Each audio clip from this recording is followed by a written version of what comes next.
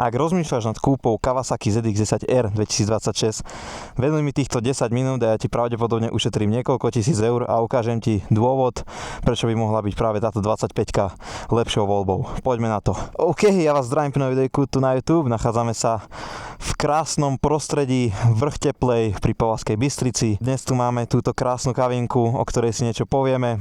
Prejdeme sa s ňou. Je na predaj, takže môže byť jedného z vás. No a pozrite sa na to, ako krásne táto motorka vyzerá, ten dizajn vyzerá, ako keby práve utiekla z okruhu, naozaj niečo, čo sa v Kawasaki veľmi podarilo. Tá kombinácia so zelenými pásikmi naozaj nádhera, je na tom keramika, takže tá perleť sa len tak leskne na tom slniečku. Na tejto motorke sa nachádza aj zo pár doplnkov, ktoré to iba podčiarkujú tú krásu, a to je koncovka Akrapovič. A samozrejme vás bude zaujímať aj soundcheck.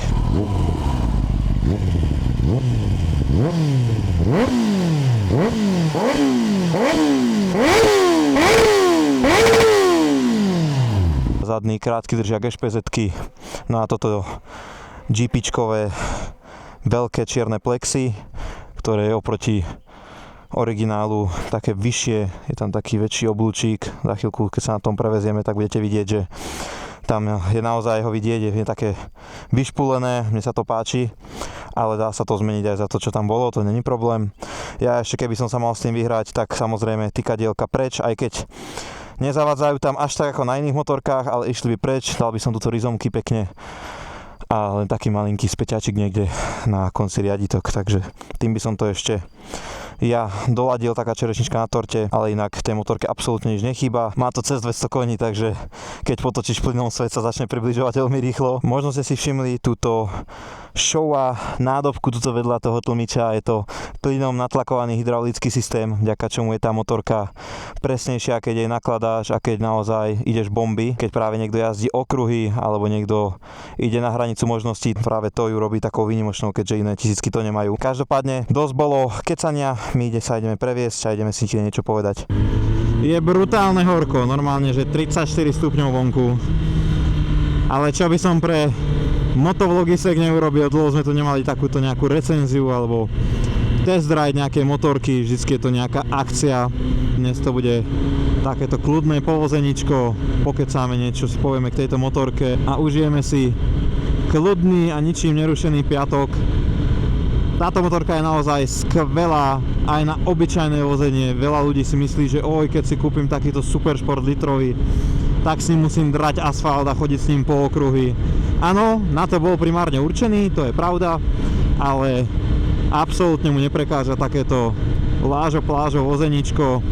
Je to mohutný, veľký superšport, taká R1 alebo Panigala vyzerá oproti tomu útlejšie, menšie, štíhlejšie. Toto je naozaj aj pre veľkých chlapov, ťažkých, ktorí nechcú vyzerať na tej motorke ako osa na bombóne.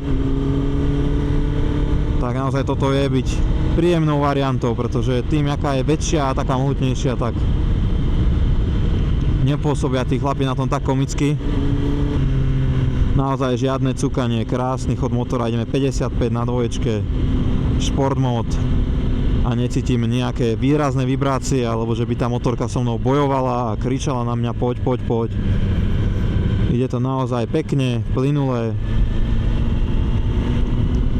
Nový model ZX-10R 2026 je vytunený o nový displej TFT-čkový, má nové krídelka, je tam trošku zmenená aerodynamika, ale v podstate žiadne zásadné veľké zmeny tam nie sú pri tej 26. No a čo som teda pozeral rôzne fóra a diskusie, tak nie úplne každému ten nový dizajn sadol.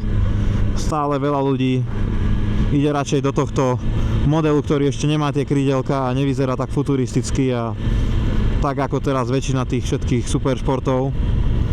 A ja úprimne možno patrím medzi nich tiež, že naozaj tento dizajn je taký jedinečný, krásny, clean, pretože teraz už každý má tie krídelka na tých nových motorkách, každá značka do toho ide. No, táto motorka je naša predvádzačka, ktorá je na predaj ešte stále, má nabehaných 1886 km, z toho som 1880 urobil ja, by som si dovolil tvrdiť. Naozaj som to zabiehal poctivo iba ja a Zopár zákazníkov sa na tom vozilo, to je pravda.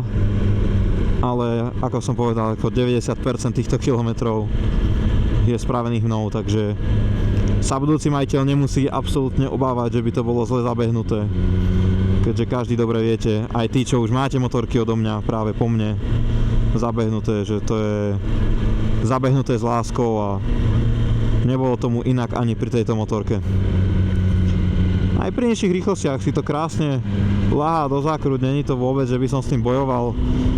Vzhľadom na to, že je to také väčšie, tlstejšie, tak to není žiadny problém. No a každého určite bude zaujímať cena tejto motorky, za koľko ju predávame, takže začneme pekne postupne. Ceníková cena vrátane všetkých tých doplnkov, ktoré na nej sú, aj s tou keramikou, výfukom, štítom, krátkym držiakom, je, alebo respektíve bola, nejakých 23 000 eur. Ale cena k dnešnému dňu pre tých, ktorí sledujete toto videjko a mali by ste potenciálny záujem o to kúpiť túto mašinku, je rovných 18 000. To znamená 5 000 eur zľava na motorke, na ktorej je nabehaných 1890 km, čož je kvázi stále nová motorka po zábehu. Je naozaj krásna, super cena. To je stále v záruke. Kawasaki má 4-ročnú záruku na motorky. Takže stále je tu 3-ročná záruka. Čož je super vec. Ale toho by som sa vôbec nebal. Pretože tieto motorky sú veľmi spoľahlivé a naozaj, keď sa človek o to poctivo stará, tak tu nie je čo riešiť. Jazdí to krásne. Vôbec nemám potrebu na tom teraz hnať, obmedzovač a ísť tu 200, proste plynulé. Chcem si tam nastaviť ten tempomat. Krásne mi drží rýchlosť. Takže aj na diaľnicu, na nejaké dlhé presuny brnknem do brzdy, prestane a zase si idem svoje. Naozaj super. Keby niekoho z vás zaujímala spotreba, momentálne to 5,9 litra, 7,5 priemerná a 2,2 sme minuli od doby, čo sme spustili dnes motor, keďže tu nemáte ukazovateľ benzínu, tu si to musíte vyresetovať, aby vám ukázalo, koľko ste toho už prejazdili a musíte z toho na základe kapacity nádrže odčítať. Tam mám myslím nejakých 15 litrov, ale tak tu sa na spotrebu nejazdí, že jo.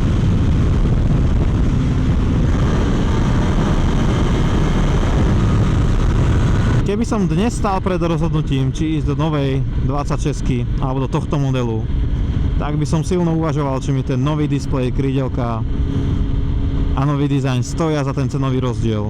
A hlavne ten rozdiel medzi tými generáciami aj nerozoznáš, pokiaľ nie si naozaj špičkový jazdec, ktorý dre kolena, lakte o asfalt a naozaj ždíma z tej motorky maximum. Ale si skôr niekto, kto hľadá motorku s brutálnym výkonom, dizajnom, na bežné vozenie, sem tam nejaký okruh a chce mať v sebe to Kawasaki DNA, tak toto je ideálna voľba. A je to hlavne jedna z posledných, že jo, tento model sa nebude vyrábať, už sa bude vyrábať iba nový s krydelkami, takže sa už tomuto nebude dať ľahko dostať. Všetko jedine vo jazdenom stave a toto je stav zánovný, zabehnutý.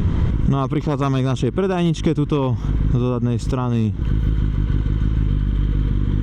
Toto bola Kawasaki ZX-10R v podaní mňa v takom krátkom ukážkovom videu, no aj na čase, aby išla k niekomu z vás a robila vám rovnakú radosť, ako robila tu mne. My ti ju tu veľmi radi na Žilinskej 810 v Povazkej Bystrici vyservisujeme, keď budeš potrebovať, ak sa rozhodneš pre kúpu a poradíme ti vlastne so všetkým, čo budeš na to treba. Či nejaký náhradný diel, či nejaký doplnok, všetko tu vieme vyriešiť, zariadiť. No a to by bolo odo mňa všetko. Ja vám ďakujem, že ste toto videjko dopozerali a vidíme sa už čoskoro pri niečom novom. Zatiaľ sa majte a čaute. Pup.